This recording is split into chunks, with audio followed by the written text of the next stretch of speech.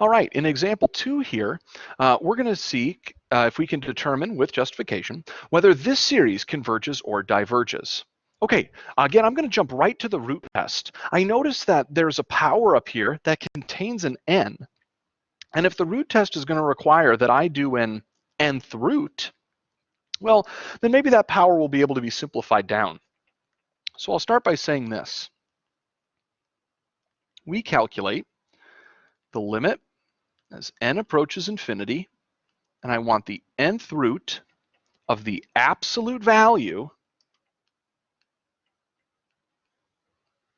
of -2 times n over n plus 1, all raised to the 5n power inside those absolute value bars. Again, I have to resolve the absolute value bars first. You cannot bypass those. That's just following order of operations from algebra. So I need to think very, very carefully here about how I can manipulate this. Okay, so let's see. The inside numbers here, inside these parentheses, are those negative or positive? Well, I might be able to see that definitely these values here are going to be negative, right? Because the numerator is negative. Okay. Now, what happens though when I take a negative number and I raise it to the power of 5 times n?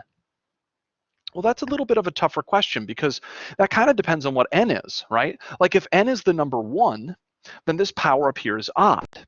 And a negative number to an odd power is still negative. But if n is like a 2, then a negative number would then be raised to an even power, because the power would be something like a 10, and that would create a positive result.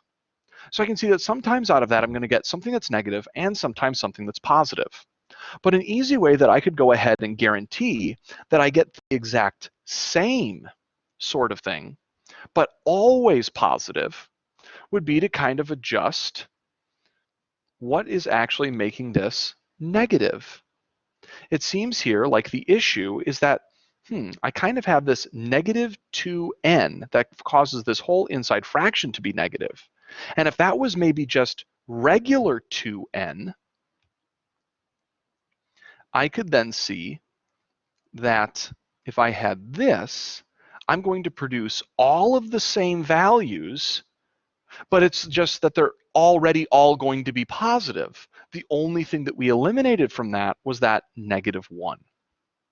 Okay, so once I have this, well, now I can start to think a bit more carefully. Notice that if I was to go ahead and re-express this, I'll actually write this on the next line.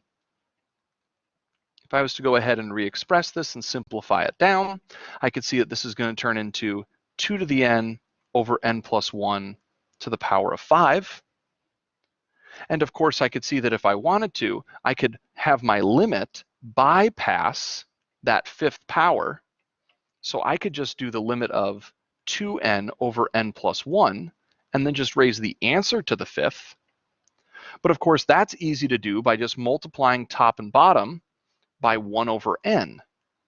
And that would give me something that looks like, oops, keep putting my parentheses in the wrong spot, 2 over 1 plus 1 over n, all to the 5th. If I crunch this out, this is really just going to be 2 to the 5th, which is 32.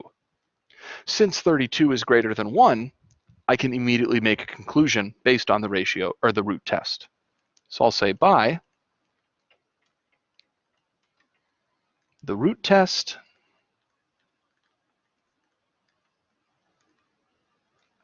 the given series diverges. Okay, again, the hardest part here is thinking through how that simplification of the absolute value bars is going to work. I put a lot of extra detail in my notes up in Blackboard, so you can consult those if you were maybe a little bit confused on the simplification process here.